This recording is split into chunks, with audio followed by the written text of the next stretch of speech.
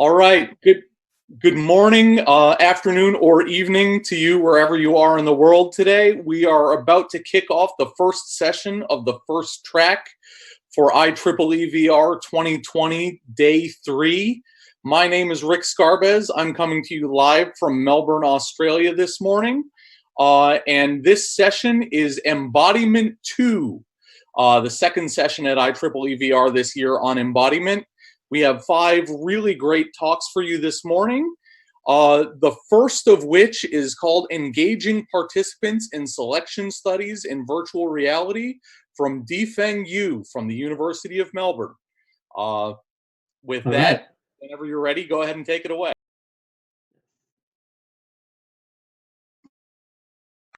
PhD students in the university.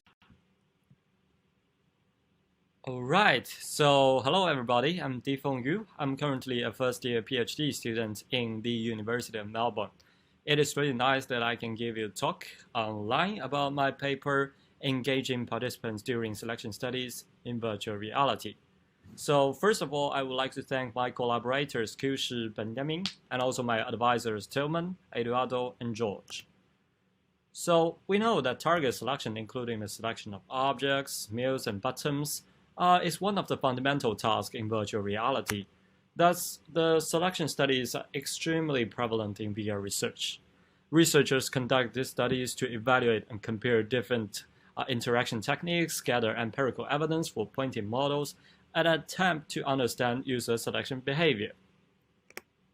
Such selection studies usually require participants to complete hundreds or thousands of repetitive trials to measure user performance more accurately.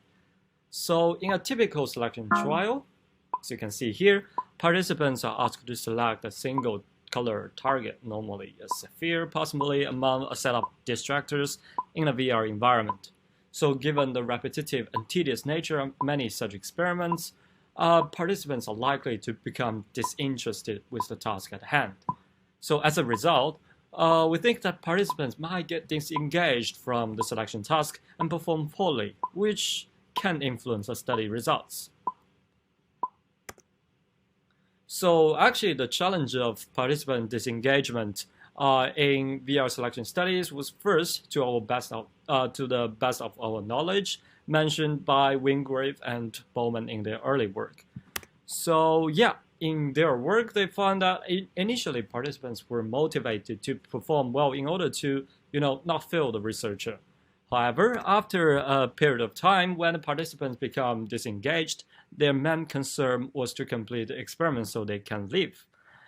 They further argued this is problematic to compare early and later trials of selection. But surprisingly, this issue was seldom mentioned thereafter in VR selection literature. So we summarize 3 possible reasons for lack of research regarding this problem. So researchers rely on the counterbalance study design. For example, half of the participants complete condition A before B, with the other half finishing B before A. So in this case, they assume that the influence of disengagement will cancel out between different testing conditions. However, we think that even with the counterbalance designs, study result might still get affected because the disengagement level, of different individuals can decrease at different speed. So thus, the ones who disengage faster can fill more conditions than the others. So some other studies commonly allow participants to take rest at different points in the experiment to help them recover. We think that having a short rest can surely recover muscle fatigue, but not necessarily the tedium. Other research use monetary incentives to motivate participants to complete the task, while payment do engage participants to some kind of study, it do not always ensure high engagement with the study. And according to previous studies, we found that it can sometimes undermine participants' internal motivation. So yeah, while this method can certainly work to some extent, a more ideal solution is that participants remain engaged through the experiment. So to explore the possible disengagement effect a bit further, we ask for research questions. So the first one is there any evidence of participant disengagement in VR selection studies? So following, will this engagement problem influence the study results? Then how can we keep participants engaged during selection studies? And how will this different engagement strategies we propose affect the user performance?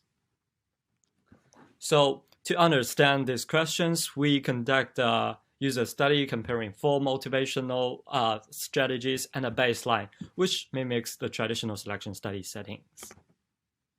So let's go ahead to the study framework. In this research, we used a multi-directional typing task. It has been standardized for selection studies, as you can see in the picture. So we employed 4 motivational strategies inspired by previous research and a baseline scenario. So the baseline mimics the other VR selection study setting, which you can show in the previous slides here. So yeah, the other scenario include this mini story. Let me play the video. Ouch, I'm melting. The sunlight is too strong. Hello, I'm Snowman Booba. Could you please help me to collect some snowballs in front of you to help me recover?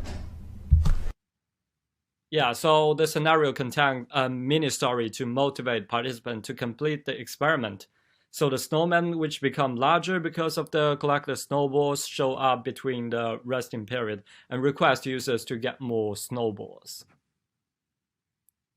And next one is Coach. Hi, welcome to the selection task. I'm VR researcher. I'll be accompanying you by your side in this scenario. Alright, so before the task, the virtual coach will show up and he will say some encouraging words to inspire the participants, such as "You've done a great job" in the resting period. And the next one is animation. The shooting scenario.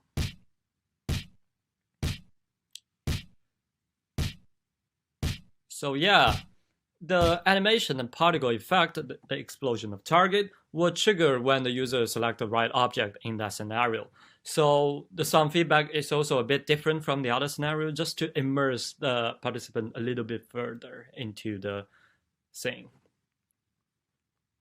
And next one is music. So we added an ambient music which does not have a detectable tempo at the background.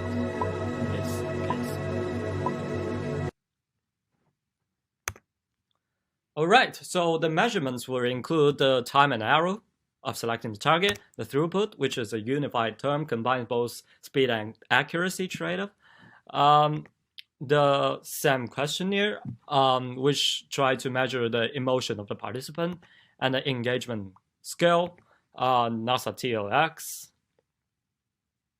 And all these questionnaires are presented inside VR. And we also conducted an interview and some observations during the study. So based on the framework, we conducted a user study to explore and answer the research questions raised earlier.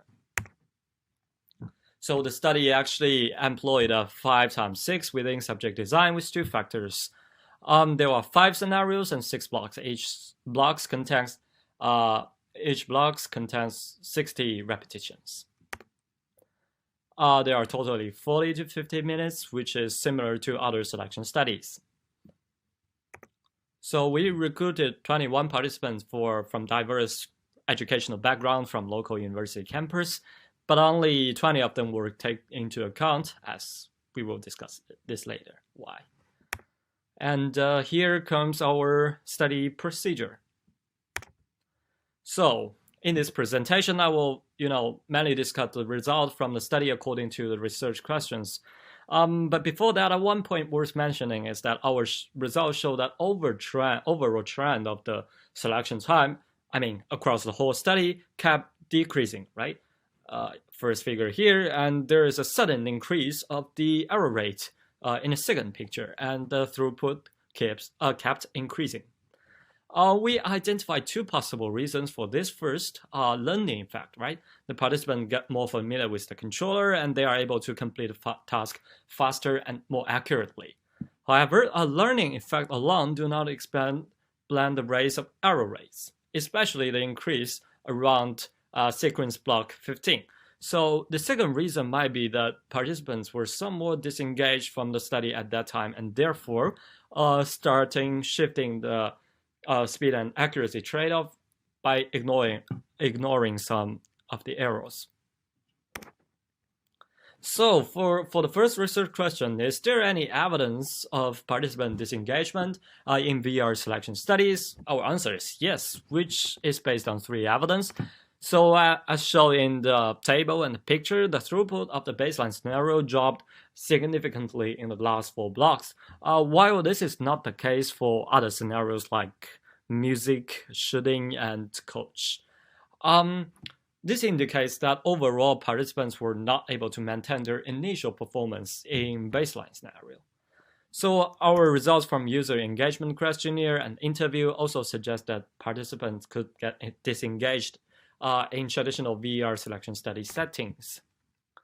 So, will disengagement influence study results? Our answer is yes.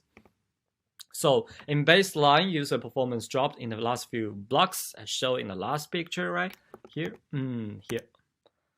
So the disengagement does matter to the absolute performance of condition if the absolute performance is measured, for example, by fitting them into the model parameters. However, when the goal of the study is to compare different variables like techniques and scenarios, and when these factors are counterbalanced, the answer is not as straightforward. As we see from here, the individual plots, participants disengage from the study at different plots, at different points, which means that participants who disengaged earlier will feel more conditions than the others. So in some cases, we are probably still able to trust the result given the number of participants repeating the condition multiple times in a balanced order. So the effect from disengage might be averaged out, but it will certainly increase the variances. Nevertheless, the disengagement problem will be much more harmful for small sample studies, as the single disengaged participant can significantly impact the final result. So how can we keep participants engaged during VR studies? Our empirical results suggest that introducing a mini story, companion and encouragement, which is our coach scenario, and the texture and animation, the shooting scenario, and the ambient music, the music scenario, all had positive effect on study engagement. In addition, they generally let participants feeling more engaged and led to higher intensity of flow experience than the baseline. So how will different engagement strategies affect user performance? On the one hand, engagement strategies including coach, shooting, and music can help participants maintain their study performance longer than baseline. On the other hand, some approaches might shift the speed accuracy trade-off. For example, the shooting scenario led to higher error rates than the baseline. So based on our study results, we distill some takeaway messages for future selection studies in VR, which might also be useful for studies that employ similar repetitive features and are outside of the field of VR. So the researchers should be mindful about the disengagement problem. And they should try to identify if there is any evidence of participant disengagement problem through, for example, diagnose the overall trend, if there is a sudden increase of the error rate. So if participants were, determined to be disengaged from the study, consider removing the data of those participants to preserve the reliability of the collected data. So if possible, run pilot studies before formal and determine the length of the experiment through the overall performance trend. We should also consider using some motivational strategies when the experiment is long and repetitive. But be careful, Be careful that some engagement strategies might shift the speed and accuracy trade-offs of the participants. So yeah, there are a few limitations of our work. So first, we were not able to, completely cancel out the fatigue effect in our study, although enough breaks were given throughout the whole study, and the choosing input technique was not very demanding. Physical fatigue might interplay with the disengagement factor and either can impact the user performance. So the other shortcoming is that we did not randomize the target location, which may make the participant feel a bit more bored than usual. Finally, some more complex physiological sensors like EEG and eye tracking could be useful to detect the disengagement participants in the future. So that's all my presentation. Thank you very much.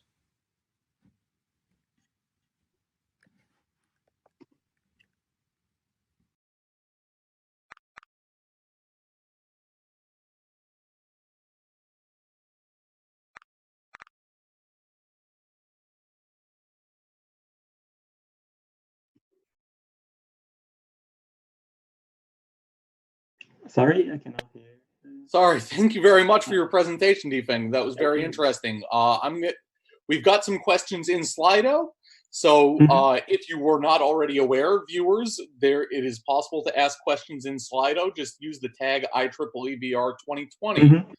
But the first question is, are you aware of some gamification ideas for assuring engagement in VR experiments? Yes, I've seen some gamifications of like improving engagement problem.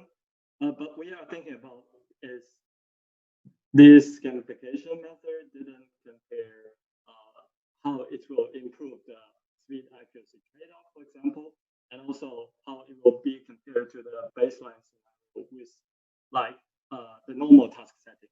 So it is not clear that if this gamification method will shift the speed accuracy trade-off and how it will compare to the baseline scenario.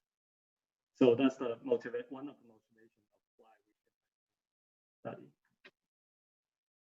Very good. Thank you for your answer. And if it's possible, if you can move closer to your microphone, perhaps that was a bit quiet. To summarize the answer, it was that it's useful, but it may affect the speed and accuracy trade-off compared to the baseline condition.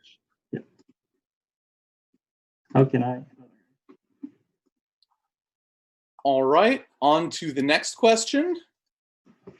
Can you talk a bit about the design rationales behind each condition? So how did you arrive at the choice to do mini story, coach, shooting, and the other one, music, out of all the possible conditions? So there are actually a lot of possibility there. We first quickly browse through the engagement motivational strategies in the prior literature. We quickly look through that.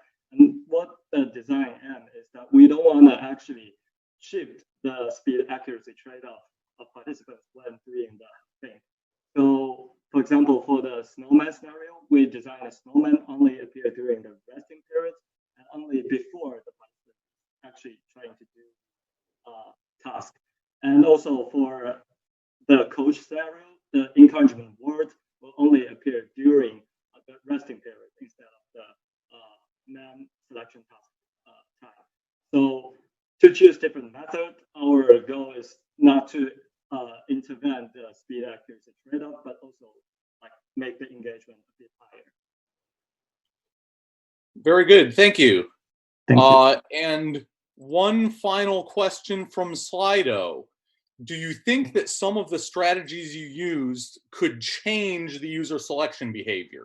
So for example, in shooting, they might be incentivized to try to shoot the center of the target rather than just trying to hit the target. Oh, to shoot the center of the target. That is an interesting point.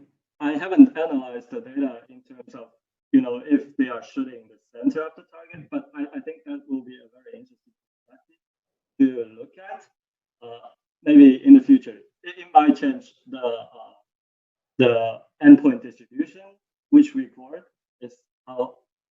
centered around the target or it will shift. But what we've analyzed is the distribution of the data in terms of the throughput. And for example, for the shooting scenario, it will actually make the participant feel more aggressive in shooting the target because they tend to move faster but less accurate. Very good, thank you. And I think with that we will wrap up. So thank you, Difeng. You can't hear the rapturous applause that would normally be happening at this point in response to your presentation. But now we'll take just a moment to transition speakers, and we'll be back with the second paper from this session in just a moment. Thank you. Thank you.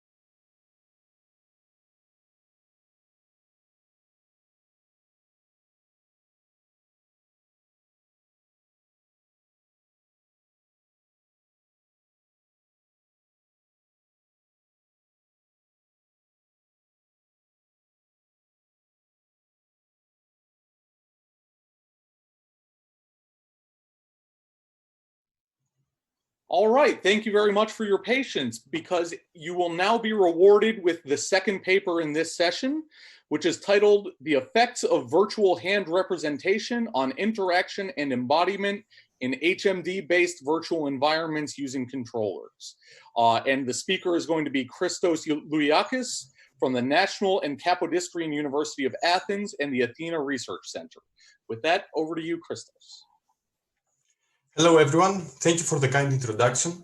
Today I'm going to present you the research that we did at the University of Athens and the Athena Research Center here in Greece as part of my master thesis, which studies the effects of the virtual hand representation on interaction and embodiment in HMD-based virtual environments using controllers. First of all, one of the most important aspects on how head-mounted displays work is that using sensors on the headset and or outside the headset, what we see changes depending on our head movements using 6 degrees of freedom tracking. Apart from the head, also the hands are being tracked, and this is how we mainly interact with the virtual environment. Camera-based techniques like Oculus Insight or lip motion also offer finger tracking, but they lose it if the hands and fingers occlude one another. This problem doesn't appear with glove solutions, but wearing gloves that fit your hands can be cumbersome. Additionally, both of these techniques suffer from the sticky object problem, as it is called in the literature, where due to the lack of tactile feedback, releasing and grabbing objects can be tricky. This is not the case when using 6 degrees of freedom controllers tracked the same way as the headset. Although they offer almost no finger tracking, pressing buttons provides tactile feedback and an explicit way of expressing your actions, giving you more confidence when manipulating objects. Since 2016, when modern VR headsets appeared on the market as consumer products, there has been a continuous rise in the number of VR headset owners. The most popular 6 degrees of freedom headsets are the Oculus Rift and the HTC Vive, and more companies are producing their own HMDs. All these systems require a high-end PC to be used, but lately HTC and Oculus offer standalone headsets that will make VR even more accessible.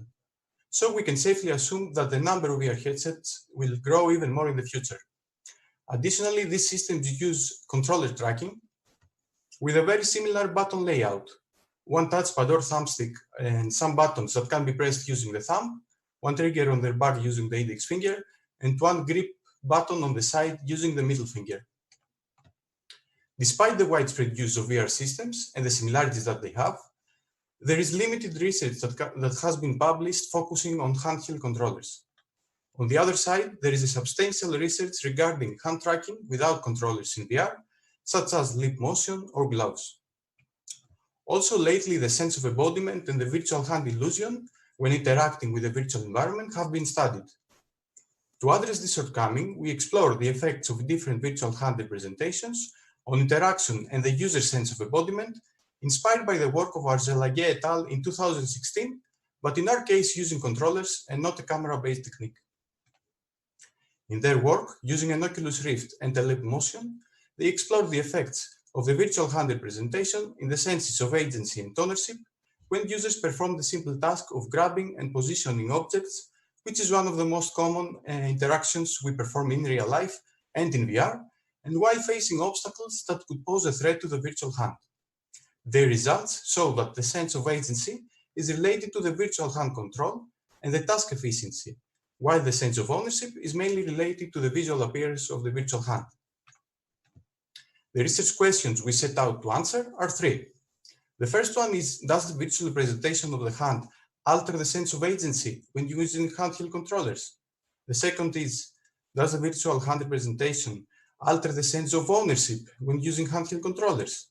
These two research questions are the same as in the paper by Arzelaghe et al., but in our case using controller tracking instead of camera-based hand tracking.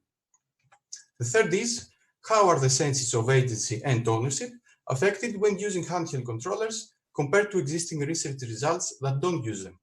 That question emerges, of course, from the existence of controllers compared to previous research. To answer these questions, we designed an experiment in order to investigate how the performance, the sense of agency, and the sense of ownership are affected for different virtual hand representations when performing a simple task. We studied these effects, observing not only the positioning part of the task, but also the selection part of the task, using an HTC Vive and the Vive controllers for hand tracking. We selected three different virtual hand representations based on their level of realism and familiarity. First, we have the abstract shape of the sphere, which is non-realistic and completely unfamiliar to real-life experiences as a hand representation. Second, we have the 3D model of the Vive controller, a one-to-one representation of what the users hold in their hands, very realistic, but not familiar as a hand representation. And lastly, we have a realistic and familiar human-looking hand wearing gloves. There are two slightly different versions of them, one slim version and one thicker. The users selected at the start of the experiment the one they preferred.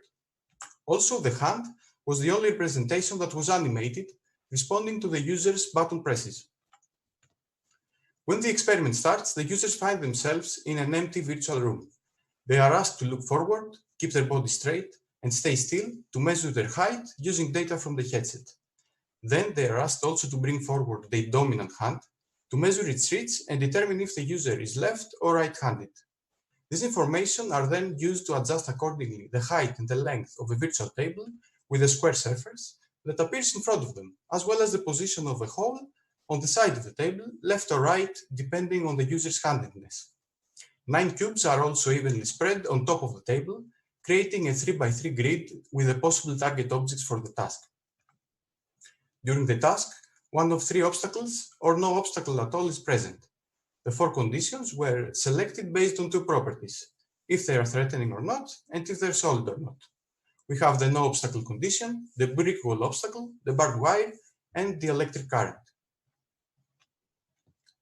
The task of the users is to select the cube and then position it inside the hole as fast as they can.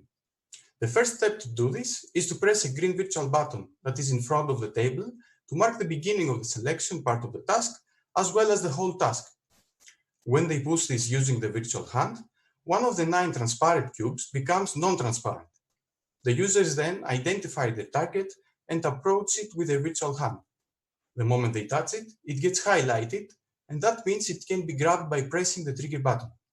After that, the cube is attached to their virtual hand, and it stays there until it is positioned inside the hole.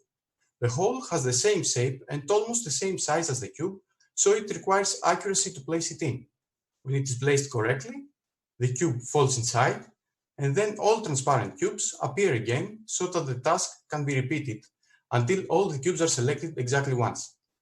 So, for the 3 virtual hand representations, the 4 obstacle conditions, and the 9 cube positions, each user performs the task 108 times, not counting the practice parts. In total, we had 39 participants, 22 female and 17 male, between the ages of 21 and 63. All of them, except 3, were right-handed, and they had varied levels of experience in VR. The procedure of the experiment was divided in 3 phases. In the first phase, that lasted 15 minutes, we had some introductions and preparations. In the second phase, the users performed the experiment tasks, answering a questionnaire after each virtual hand presentation, and lasted 25 minutes on average. And in the last phase, we concluded the experiment with a closing interview that lasted 15 minutes. While the users were performing the tasks, we measured the duration of the selection part of the task and the positioning part of the task, as well as the duration of the whole task, which are related to the agency. After the statistical analysis of the gathered data, we concluded that the sphere is the slowest of the 3 representations for the selection task and the whole task. In both of these cases, the controller and the hand are the fastest, with no significant difference. For the positioning task, the sphere shares the second place with the hand, showing that the controller in this case is significantly faster than the other 2. The statistical analysis also showed that the effects of the obstacles and cube positions were the same for all the different virtual hand representations. Apart from the duration, while the users were performing the task, we also measured the collision time and the collision count of each representation with the obstacle, which is related to the ownership.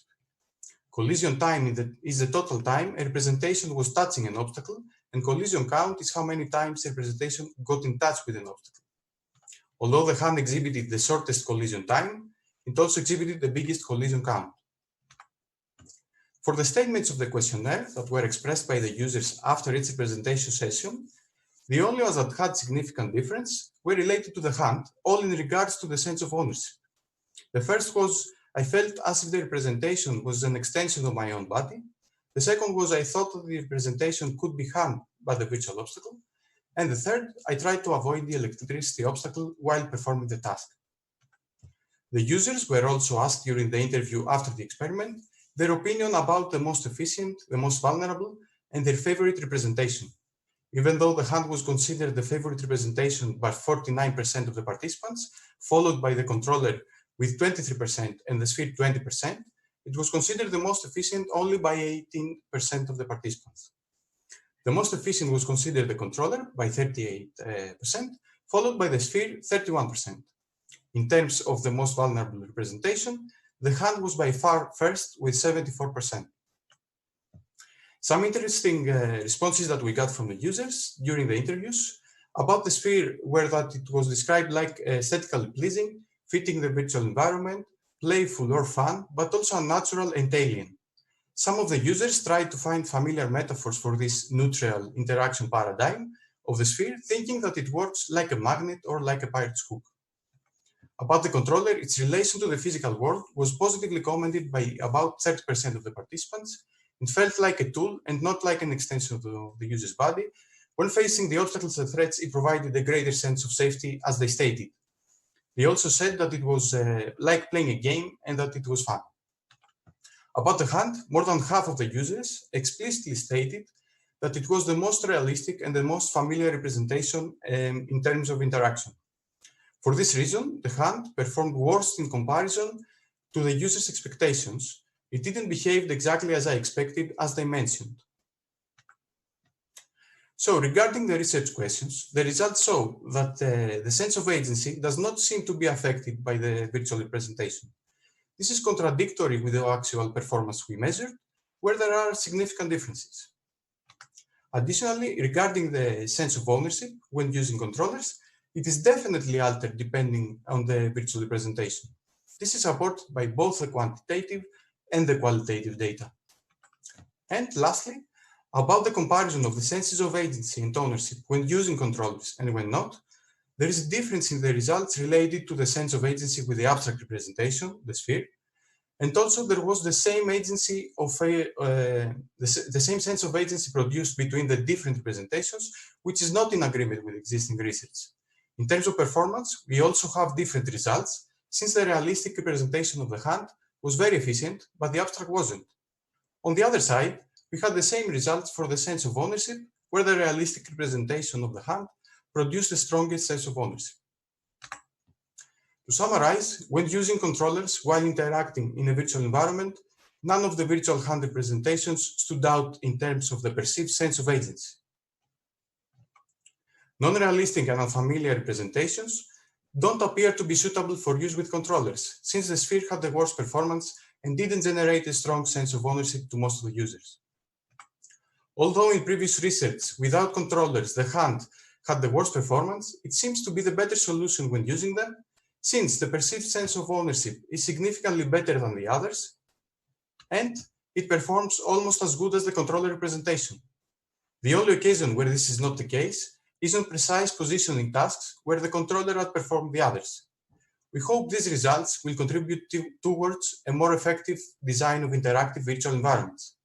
And as a closing remark, there is a long way for the interaction paradigm of the handheld controllers to reach the level of existing research where hand tracking with no controllers was used.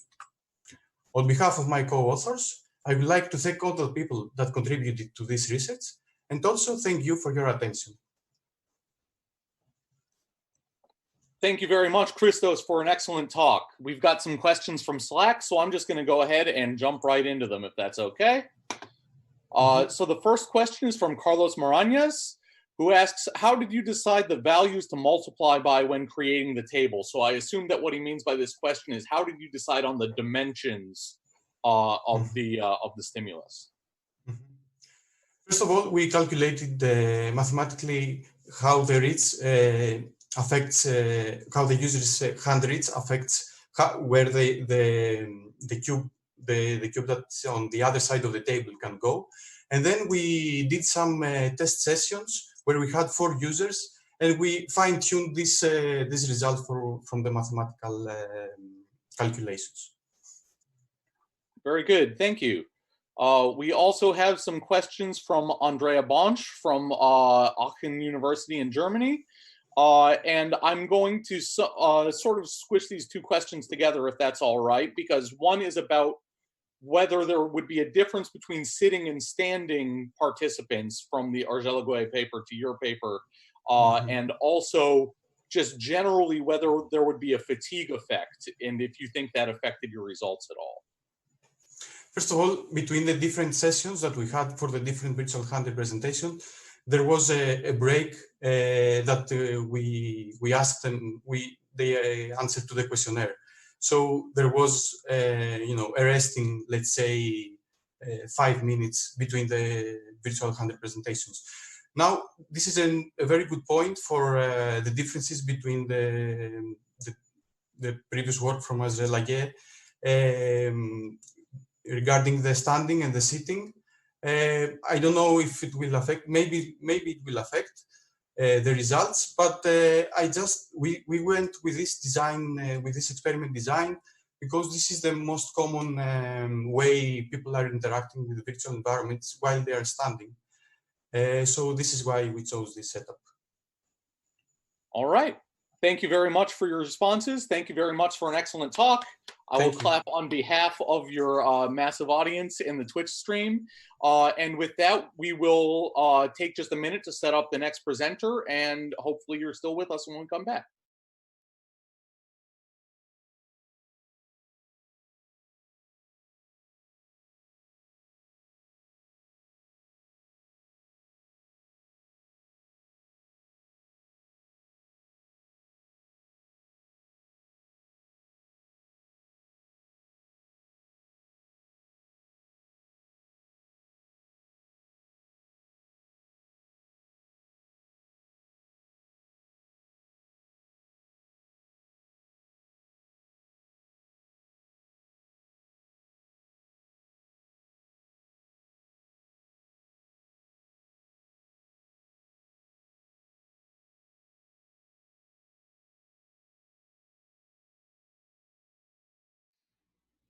Hello, Twitch, and everyone watching everywhere in the world.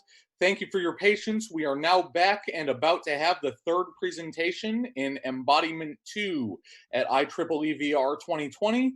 This paper is called Using Facial Animation to Increase the Effacement Illusion and Avatar Self-Identification. And our presenter will be Mar Gonzalez-Franco from Microsoft Research. Hi, Mar Gonzalez-Franco from Microsoft Research, and I'm going to be presenting using facial animation to increase the effacement illusion and avatar self-identification. The motivation for this work is very clear. Self-identity is very strongly associated with our faces. And we're trying to figure out how can we improve that self-identity on avatars. Our self-identity is very strongly associated with our face. While this self-avatar face may not be usually visible to the user in an immersive experience, mirrors or mirrored surfaces will allow the user to inspect themselves.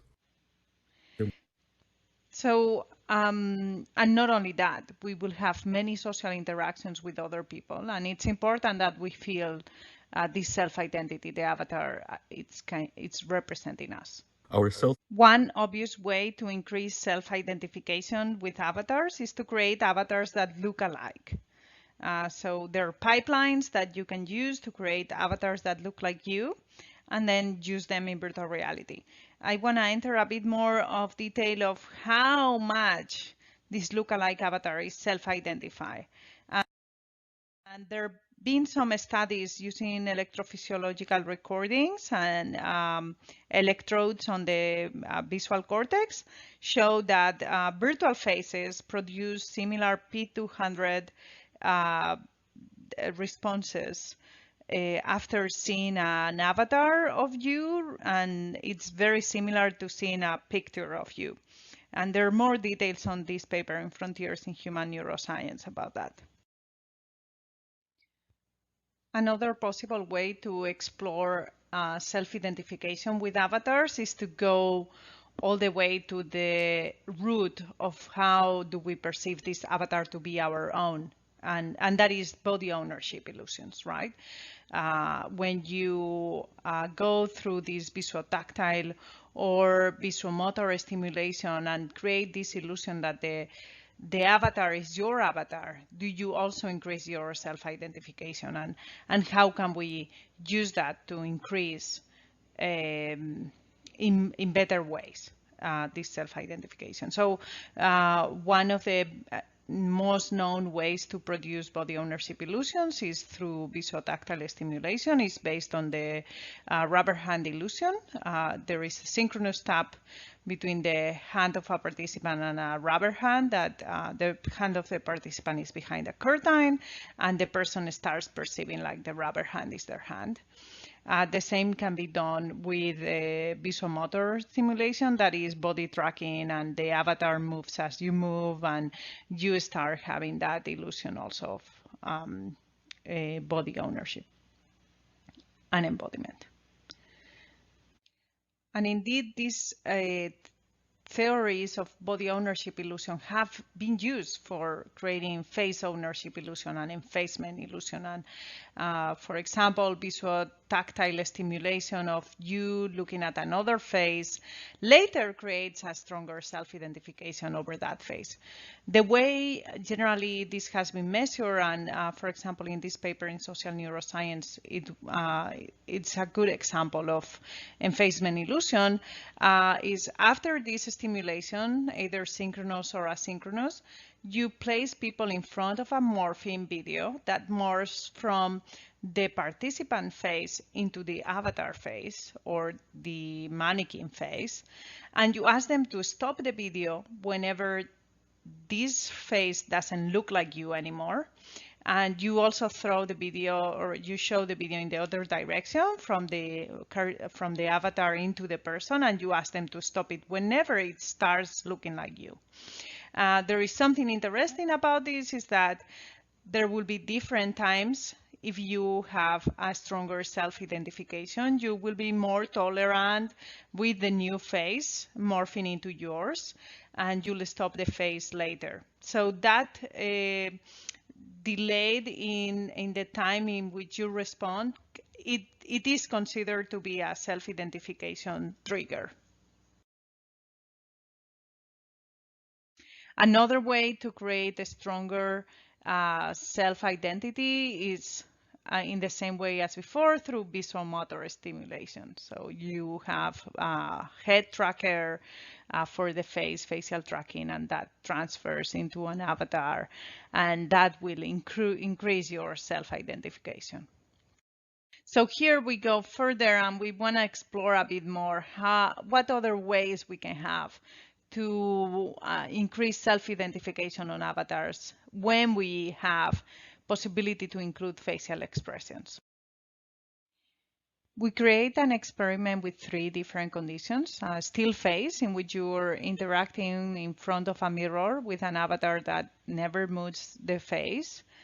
Lip sync, in which the lips are synced with your voice, and an animated and lip sync. I want to show you a little bit how they look like. On the left, you can see the still face, and on the right, the face with idling expressions and lip sync. Just to be clear, the idling expressions were created by an artist, an animator, and they were not real-time motion capture, but they provided these, small saccades and small muscle movements on the face. They were very realistic. Let me show you again. You can clearly notice the difference. And this is not even adding much of the talking yet, okay?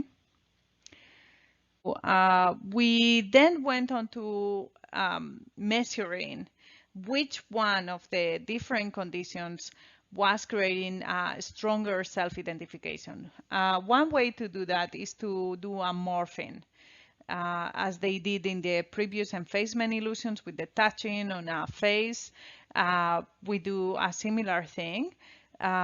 Basically, we morph from the faces of the participants to the avatars, and you're gonna ask people to stop the morphing whenever they feel the avatar it's them or not longer them, like, oh, that is not longer me, when it goes from the participant to the avatar, and when it goes in the other direction is, oh, that looks like me, and then they stop. So they do that 3 times in both directions, and we figure out the point in which they stop.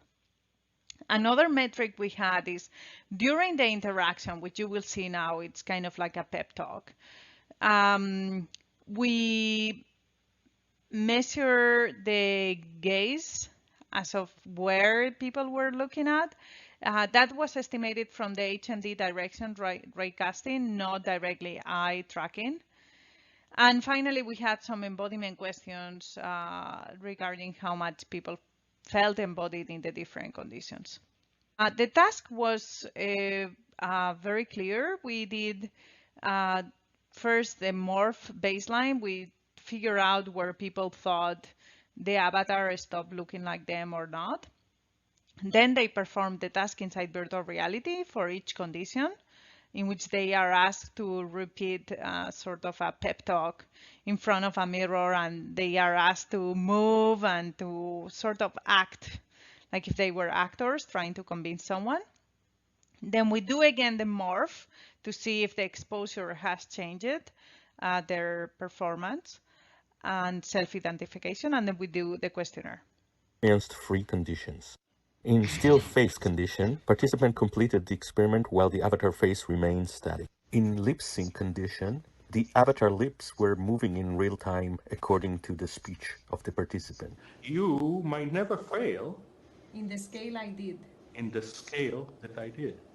But some failure in life. But some failures in life are inevitable. In idle plus lip sync condition, the avatar included additional eye blinks and subtle facial animation that increases the vividness of the avatar face.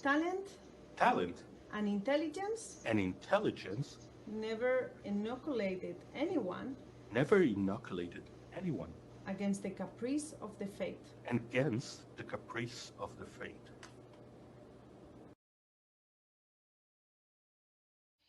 And here are the results for the morphing task. So first thing that it's clear here from the results is that there is an hysteresis on the self-recognition.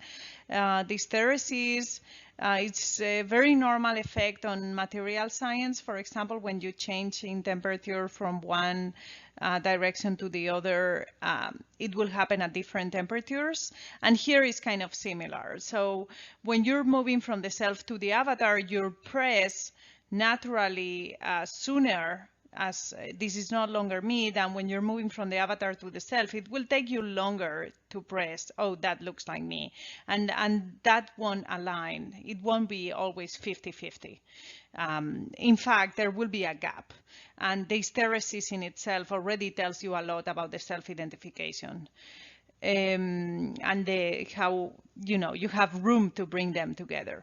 So the first result that we see here is that no matter in which condition, if you let me see if I can use this, all of these conditions do produce a much smaller difference in the hysteresis than the baseline condition, which is the black one.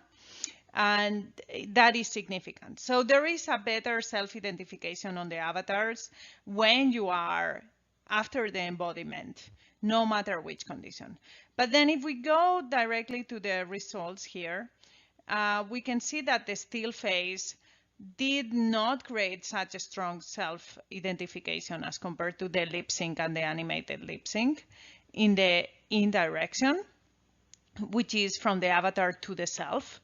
And in the out direction, that was even more, that the animated and lip sync was even a stronger self-identification, and all of that is significant. There are more details about the results on morphine inside the paper. When we look at the gaze heat map, where people were looking at when acting in front of the mirror, in the still phase, they're only looking at the face 39% of the time, versus in the lip sync and the animation lip sync, they look much more to the face. So the face becomes more important when it's transferring more information, of course, and that is significant. Let's see, and it's also significantly more when there is the facial animation than just lip sync, okay? When we go to the embodied result, we find that people were most embodied in the lip sync and animation conditions, particularly, I mean, they were embodied in all the conditions, but the question one was particularly significantly different for the lip sync and animation and lip sync conditions, saying that self-identification might be also a byproduct of embodiment, and the other way around, like the stronger self face identification you have, the stronger the embodiment. From our experiment, we found that the effacement illusions on avatars produce also a stronger self-identification on these avatars, and this is the strongest when we add facial and idle animations and lip sync. And there is a higher embodiment when there is a higher self-identification, for example, with lip sync. That may be because people are looking the faces for longer periods when they are animated, or they focus more on the faces, and that creates a stronger self-identification, which later adds into the embodiment.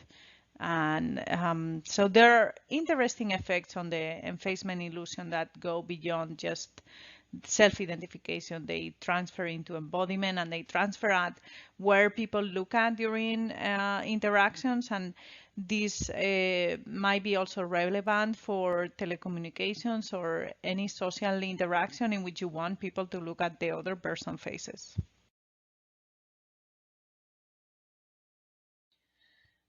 I want to finish by going back into the motivation.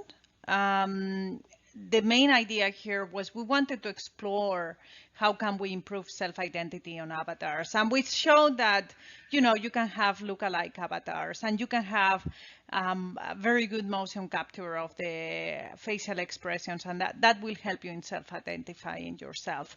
But I think one of the interesting takeaways from this experiment is that in theory, you could achieve better self-identification even if you don't have a lookalike avatar, and even if you don't have real-time motion capture of the face. So with that, I'll leave it to questions.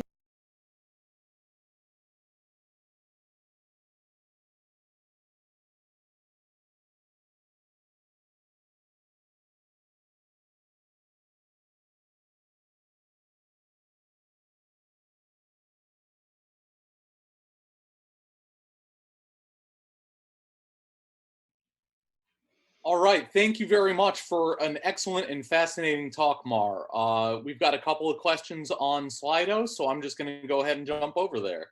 Okay, great. And the first one is from Carlos, who asks that part of the reason why we do virtual reality is to be able to be any person or anything we want to be. Why? So what's the motivation? Would we want to look the same as we do in real life when virtual reality offers unlimited possibilities? Yeah, I think in our experiment, one of the things we show is that you don't really need to look like the avatar to feel identified by the avatar. In fact, those avatars were not look alike, and people increased the self-identification. I think self-identification with the avatar is a desirable thing. It doesn't mean that you need to look like the avatar, but it needs to represent you. And I think that that's one of the takeaways from our experiment. Very good. Thank you. Another question from Andrea Bonch, again at Aachen University in Germany, who says, thanks for the interesting talk. Why did you decide to ask participants to also move their hands when acting the scene? The motions visualized on the avatar might also influence the embodiment, positively or negatively. Yeah, that was because of, we wanted to match as much as possible to current setups. And in current setups, if you have an HMD with controllers, you will be able to move your hands. So for the still phase to be more consistent, it made sense that people would be able to move. And that would be a better baseline than just having somebody static, because then you don't have embodiment at all. And we also wanted to see if just barely just having embodiment would also change self-identification. So here we see that having embodiment, even without the facial expressions, will increase your self-identification on the avatar already, which is kind of a demonstration with in previous experiment, they did visotactile stimulation to create this self-identification with avatars that I showed before. And the research they've done with the motion capture, it's strictly for facial capture, right? So what about just moving the rest of your body? Does it also create this idea that, oh, I fit into this avatar represents me, so I increase my self-identification? I think the question was also an interesting one, and it wasn't answered before. Now we know that, yes, if you're embodied in an avatar, no matter even if you don't have facial expressions or it doesn't look like you, you'll increase self-identification. So even the still face condition create that increased self-identification. All right. Thank you very much. I think that's all the time we have for questions from Slido. So with that, we'll take just a moment to prepare for the next speaker. But first, thank you very much, Mar, for a really fascinating talk that I think we got a lot from. So thank you. Okay, thank you.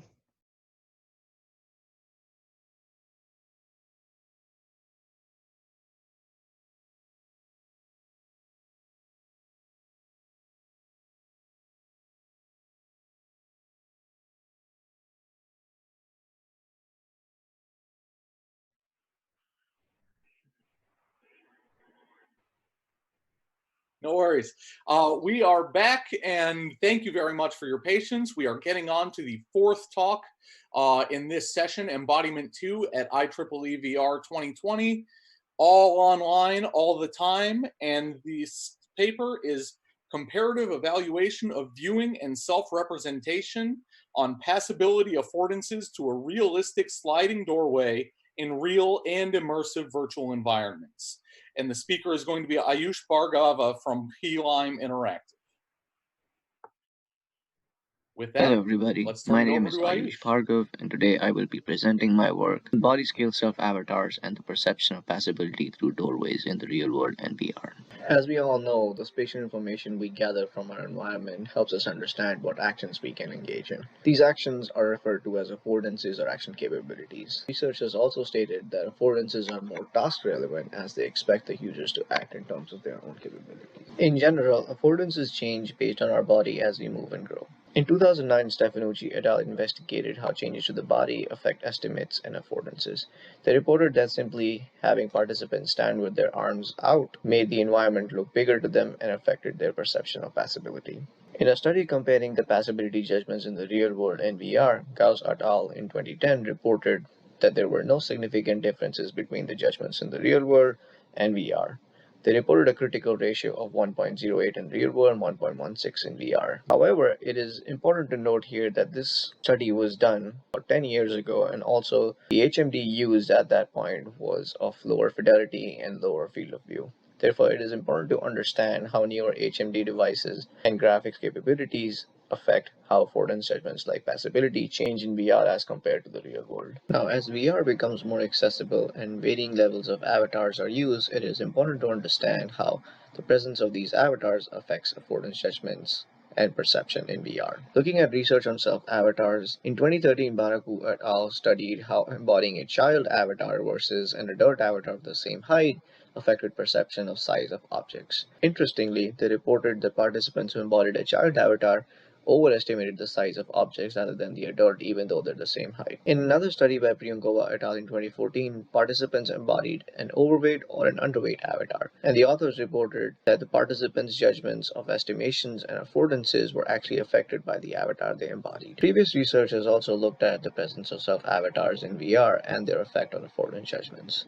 In a study by Lin et al. In 2012, others investigated how having an avatar changes the perception of ducking over or stepping over a horizontal pole. They noted that changing the height of the avatar actually increased the threshold at which the participants changed their judgments from stepping over to ducking under. In another study in 2013 by the same authors, participants were asked to step off of a ledge in the presence or absence of an avatar. The authors reported that having an avatar made participants make more realistic judgments as compared to the real world. However, research on having body-scaled avatars in terms of shoulder width on passability judgments or affordances has been scarce. Passability is one of the most common affordances that we encounter in our daily lives and in VR. We pass through doors, hallways, people, cars, etc., in the real world. And in VR, you can use passability judgments when trying to get through doorways, obstacles, trying to jump over things, trying to avoid things in VR. It could be a host number of things. So in our study, we wanted to look at how the judgment of passability affordance changes when you actually have an avatar of the same size as your own body, and if that actually differs from the real world.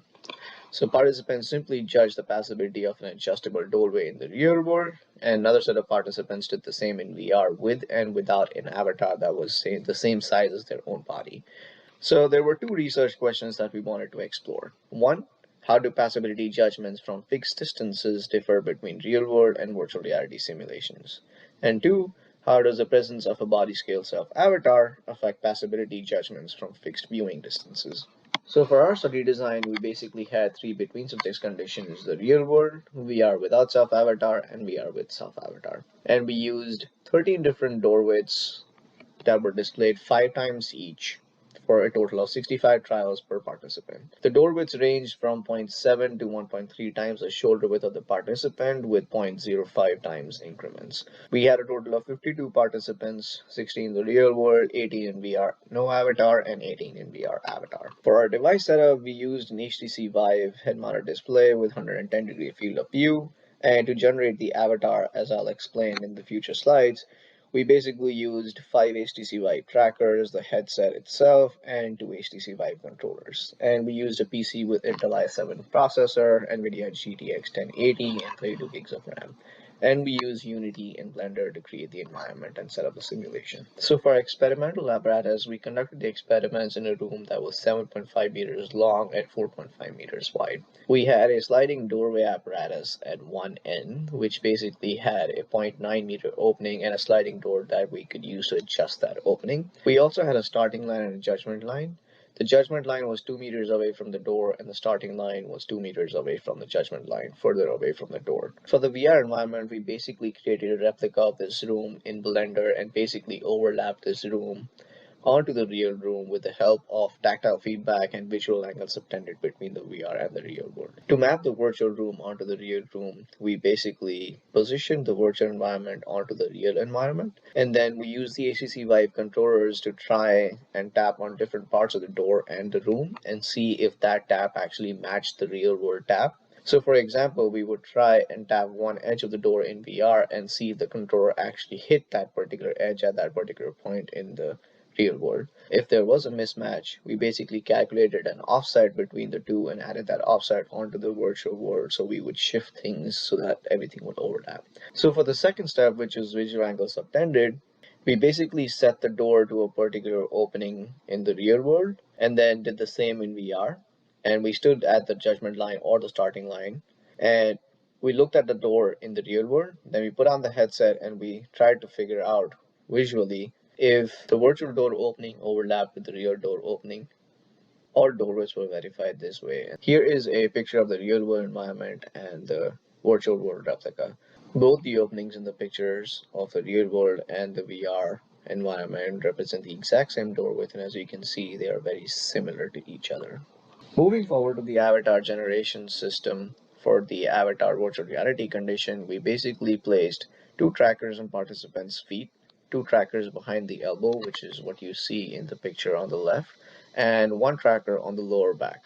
The generated avatar matched the participant's gender, eye height, arm length, and shoulder width. Going into more detail about the generation of the avatar, we had participants stand in the center of the room, and using the HTC Vive controller, we recorded 5 points on their body. One was where their eye height was, two, left shoulder, three, right shoulder, four, right elbow, and five, right wrist. Once these points were recorded, we basically used them to calculate the shoulder width of the participant and the arm length of the participant.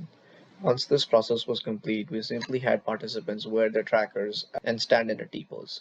Once the participant was standing in a T-pose, we would generate the avatar, apply all the measurements of the shoulder width, eye height, and arm length to the avatar, and then simply map all the different joints of the avatar itself to the different tracker positions using the Final IK plugin. Once the calibration process was complete, we would let participants move around and explore their avatar, and we also asked them to touch their own shoulders with the controllers itself to make sure that the shoulder width of the participant was actually the same as the shoulder width of the avatar. And I'll show you a video of the whole process in just a second. So this is a flowchart of the procedure that we followed for each of the participants. So if the participant was in the real world, they would simply stand at the starting line, close their eyes, and then the experimenter would change the doorway to a particular doorway by physically moving the door. And then the experimenter would ask the participant to open their eyes, walk 2 meters to the judgment line, and simply make a judgment about if they think they could pass through the opening in front of them without rotating their shoulders. They would simply say yes or no, and then simply walk back to the starting line and close their eyes. And then the experimenter would simply slide the door to a different opening based on the random number generation. In the VR condition, if the participant had an avatar, they would go through the whole calibration and ownership process I described earlier, and then go through a cube acclimation phase. The cube acclimation phase is simply something that we added just to make sure that participants who were trying out VR for the very first time understand that all the cues available in the real world, like occlusion, parallax, etc., are actually also available in Salient in VR. In this phase, we basically generated a random cube with a number on one of its faces somewhere in the room, and we would simply ask the participant to walk up to the cube, look for that number, and then read that number to the participant. Then they would basically follow the exact same procedure as in the real world, except for closing their eyes. A shutter would basically drop down in front of their eyes so they wouldn't see the door moving back and forth. Here is a screenshot of the cube acclimation phase. So you would show the participant a cube like that with a number on one of its faces, and the participant would simply walk up to the cube, read that number to the experimenter, and then walk back to the starting line. Here is a video of the real world condition and the VR no avatar condition. So in the real world condition, the experimenter would slide the door to a particular door width while the participant's eyes were closed.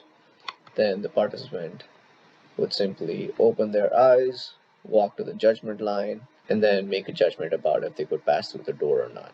In the VR condition, the participant actually had a small circle right underneath them to make sure they understand where they are in the environment, and the small triangle at the head of the circle basically pointed in the direction they were looking in.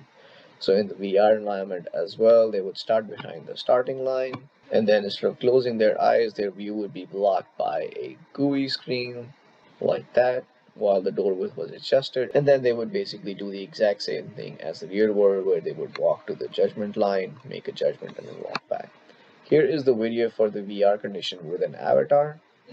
So as you can see at the bottom right, the participant stands in a T pose, and an avatar is generated based on the measurements taken earlier.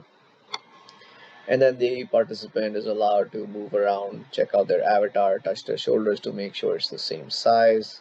Then once they're ready, they move back to the starting line and then wait for the door width to show up. Once the door width shows up, they walk to the judgment line, make a judgment about if they could pass through the door or not, and then simply walk back. The independent variable in our study was the conditions, so the real world condition, the VR no avatar, and the VR avatar condition, and the dependent variable was just a judgment variable, which is what was recorded when the participants made a judgment about a particular door width. And the judgments which were yes or no were coded as 1 for yes and 0 for no. We explored two hypotheses. One, when the aperture width is close to the participant's shoulder width, passability judgments will be different in the virtual world as compared to the real world. And two, for VR experiences, possibility judgments will be significantly better in the VR condition as compared to the no avatar conditions. This is based on previous research where we saw that judgments actually improved and were affected by the presence of an avatar and the size of the avatar itself. So for our results, we used the hierarchical linear modeling analysis technique. And as I mentioned before, the judgments were coded as 1 or 0. We also calculated a passability ratio, which was the door width divided by the shoulder width of the participant. So a ratio of 1 meant that the shoulder width of the participant and the door width were the exact same size.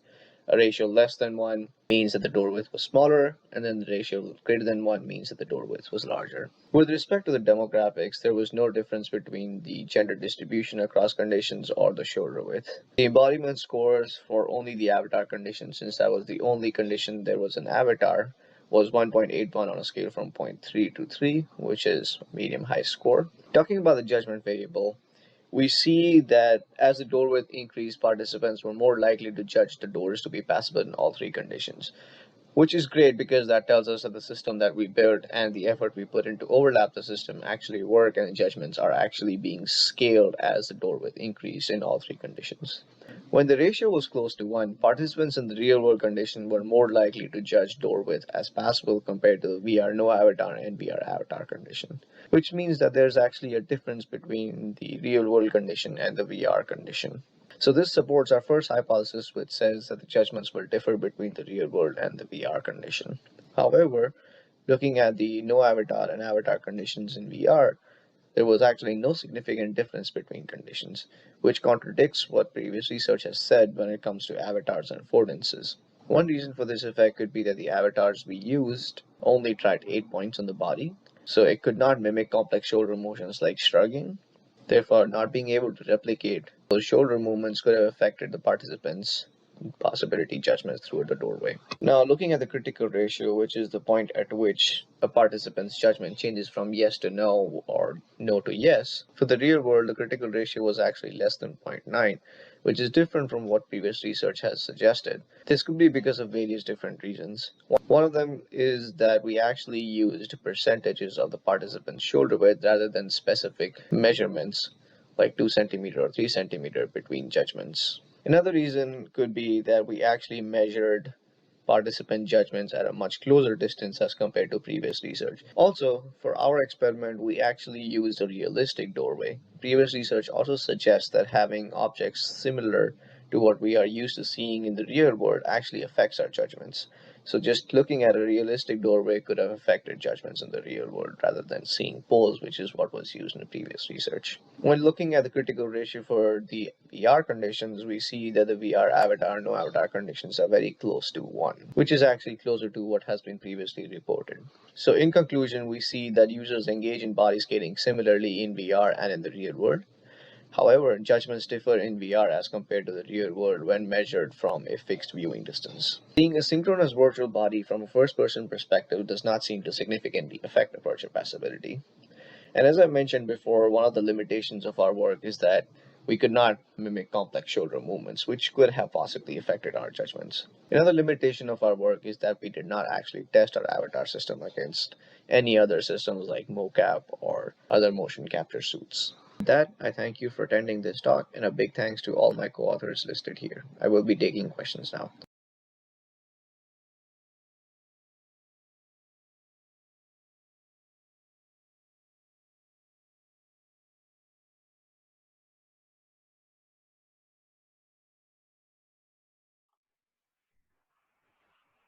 All right, Ayush, thank you very much for a fascinating talk and I think a really well conducted study. We'll take a few questions now, but we'll start with one just from me. So in your study, you observed that the critical ratios for the virtual reality conditions were actually much closer to the true value than the real world condition. Yep. Is that meaningful, do you think? So it's important to note here that we aren't always comparing the critical ratios that we get to what's truly known. We're also comparing it to the baseline condition, which was the real world condition in our experiment. So it is possible that, all the reasons I gave you that, the real world condition came out to be less than what's originally reported in other studies. But as I mentioned, there are several reasons, and I mentioned 4 of those, but there are other reasons as well. So for example, one of the research suggested that there's also a difference between how people report critical ratios. So like one of the previous studies reported critical ratios as the highest point at which the judge's judgment changes versus the lowest point. But in our study, we actually used the graph to figure out where the 0.5 probability ratio was. So it's important to see that we're actually comparing it to the baseline in our study rather than, everything that's been previously reported. Okay, thank you. We do have a question from Slido, which I'm highlighting right now, which says, thanks for a great presentation. And this viewer was wondering if you have examined the effect of eye height scaling on these judgments. So we did look into eye height, and there was no significant difference. We did report that in the paper, but I guess I missed that in the presentation, so my bad on that. Oh, no worries. You don't have to apologize for anything. One more question from Slido, from Andrea Bonch from Aachen University in Germany, who says, thanks for the interesting insight, and asks, how might the results have changed when asking the participants to actually pass through the door instead of just judging whether it was possible or not? That's a great question. And as we know from previous research, that judgment feedback actually changes the perception of possibility. So if we actually had participants walk through the door, we would have definitely seen different results. Yes, absolutely. All right, fantastic. And one final question, which I think is all we have time for, from Anne-Helene Olivier, who says, nice work. The level of embodiment seems to show big variability. Did you see in your results whether participants with higher level of embodiment showed tendency of bigger differences between the avatar and no avatar condition? Okay, so it's important to note here that for the embodiment, we only measured that for the avatar condition because there was nothing to embody in the no avatar condition. So we actually did not look at that because we only had embodiment scores for a single condition. And if you have other questions, I'll be hanging out in the track 1, room 3 during the break. So yeah, come find me. Fantastic. Thank you very much for an excellent presentation. You're welcome. We are about to transfer over to the 5th and final speaker for this session. But as Ayush just nicely segued into, many of these authors are hanging out and happy to take more questions. Come find them in the hubs rooms, or find them in the conference Slack if you have access to it, or continue asking questions in the Twitch stream, and we'll do our best to get those to the author. But with that, I'm going to just wrap up real quick. We're going to transfer over to the next speaker, who I will introduce, then they will speak, then we will wrap up the session. Thank you very much.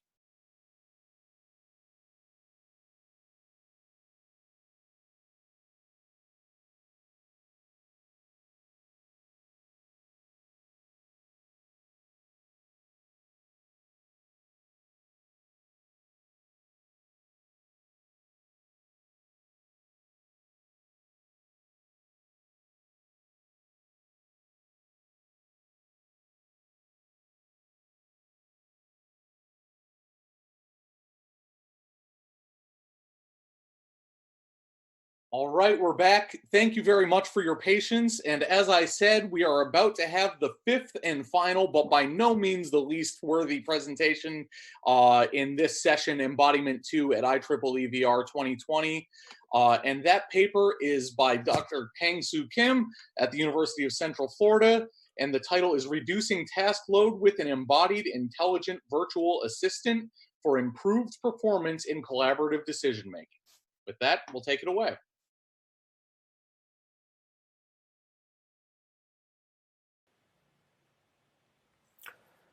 Hello everyone, my name is Kang-Soo Kim.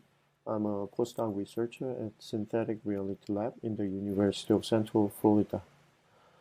So the title of the paper that I'm going to present is Reducing Task Load with an Embodied Intelligent Virtual Assistant for Improved Performance in Collaborative Decision Making. Before I start, I'd like to thank all the co-authors, especially Dr. Celso de Mello.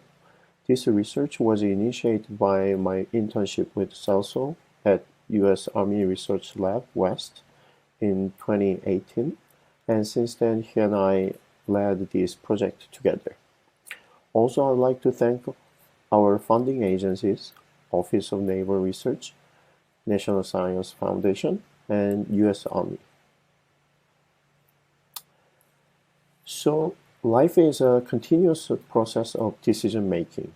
In our lives, we are facing a bunch of different problems, and we want to make a better decision, minimizing the potential risks. One way to do this is collaborating with other people. Through collaboration, we can collect more information and have opportunities to identify alternatives and weigh them for a better decision. If collaboration works well, everybody is happy, of course. However, collaboration itself is not an easy process. It requires a lot of cognitive load while listening to and absorbing other opinions and converging to a final decision together. These days, different technologies can replace human partners and help us to make better decisions, such as digital assistants like Amazon Alexa, or other computational devices. They can provide massive information and knowledge to us so that we can make a better choice based on it.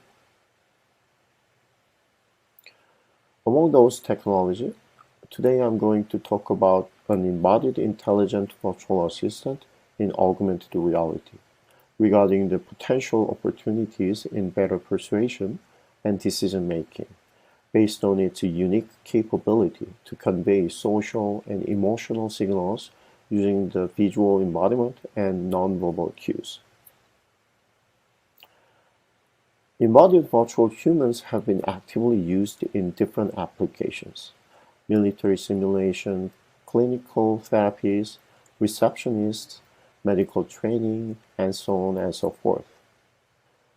Recent advances of augmented reality headset can now put them in our real life in more intuitive and pervasive ways, as if they are physically present in the space. Given this background, we established a few research questions. Does working with intelligent virtual assistants affect objective task performance and subjective perception of task load in collaborative decision making? And how does the visual embodiment in augmented reality affect those task performance and task load? So we conducted an experiment. For the experiment, we developed an embodied virtual assistant. The assistant was based on a 3D female miniature model. Using blend shapes, she could make facial expressions, and she could speak to the participants in a natural way through pre-recorded voice and lip sync feature. Also, she could walk around the physical space and exhibit various body gestures, as you can see in the figures here. And we prepared a desert survival task as a decision-making scenario. For those who are not familiar with this desert survival task, it's a well-known standardized collaborative task in which you have to prioritize 15 items with your collaboration partners for your survival in the desert. There is a solution which is provided by a survival expert, so we can actually evaluate the participants' decisions by comparing them with the expert solution. We developed this desert survival task in augmented reality. Participants wore Microsoft HoloLens and placed the physical items with visual markers on the table. Euphoria engine recognized the items so that the system knew the participant's current status of the task and visualized it. With this setting, we conducted a within-subject study with 36 participants. For the control condition, participants performed the task alone in augmented reality environment. For the voice condition, the voice assistant made verbal suggestions up to 10, while participants performing the task. The suggestions were always good for the participant's survival score, but they did not know that. In this way, we let the participants make the decision if they would follow the suggestions or not. This is an example suggestion about flashlight. The flashlight could be quick and reliable night signal device. Why don't you move it up a bit?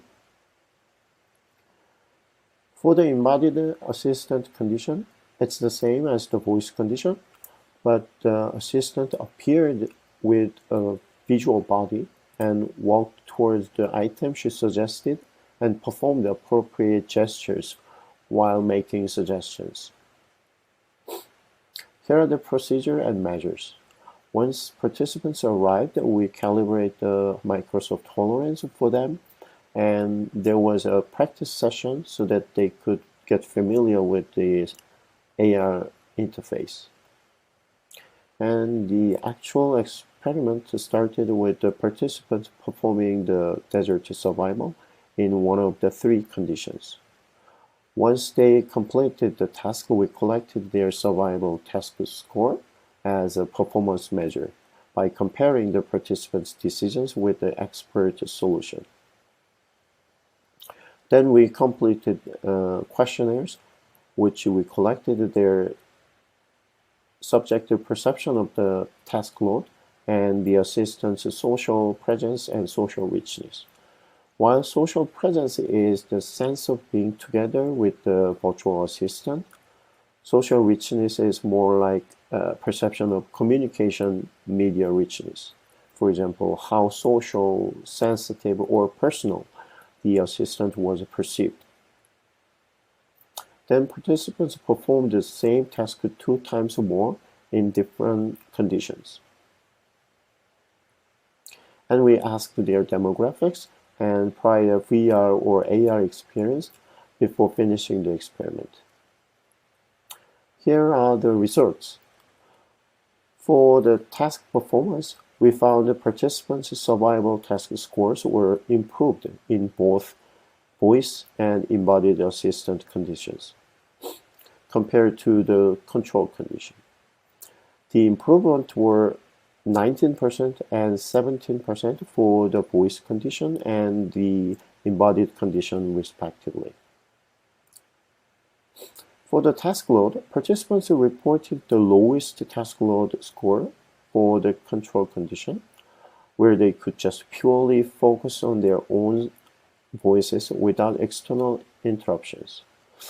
However, in the voice condition, the perceived task load was increased by 24% compared to the control condition.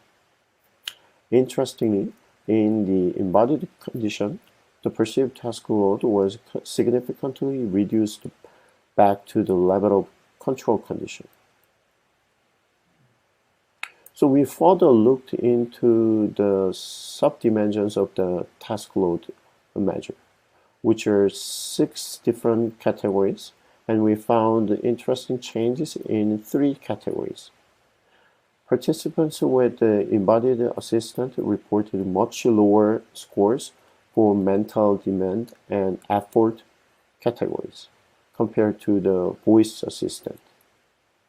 The questions used for these measures were how mentally demanding was the task, and how hard did you have to work to accomplish your level of performance. We think the informative and social behaviors of the embodied virtual assistant could help the decrease of the mental load and effort. Also, we found the increase of frustration in both assistant conditions compared to the control condition.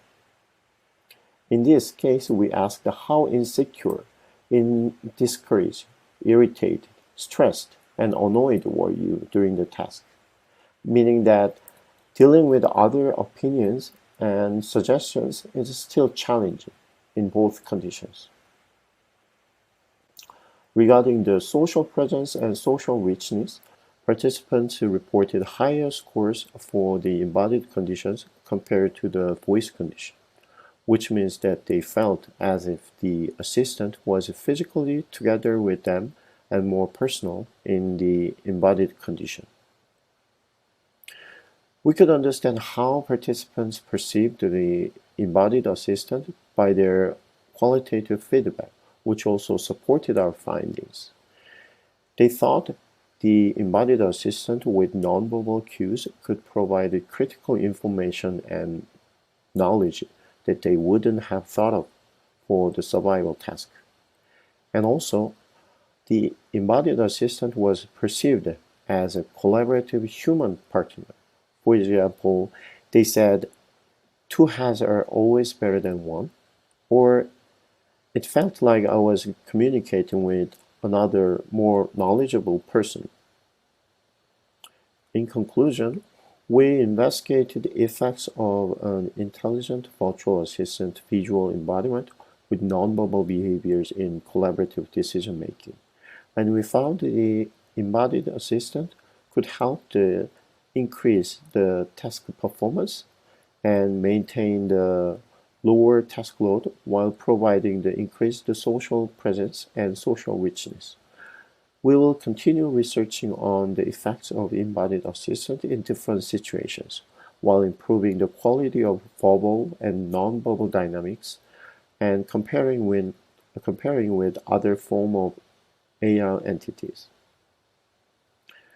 Thanks a lot for your attention. And our lab has another presentation about shared gaze in augmented reality in the following session, so please join the talk as well. Thanks.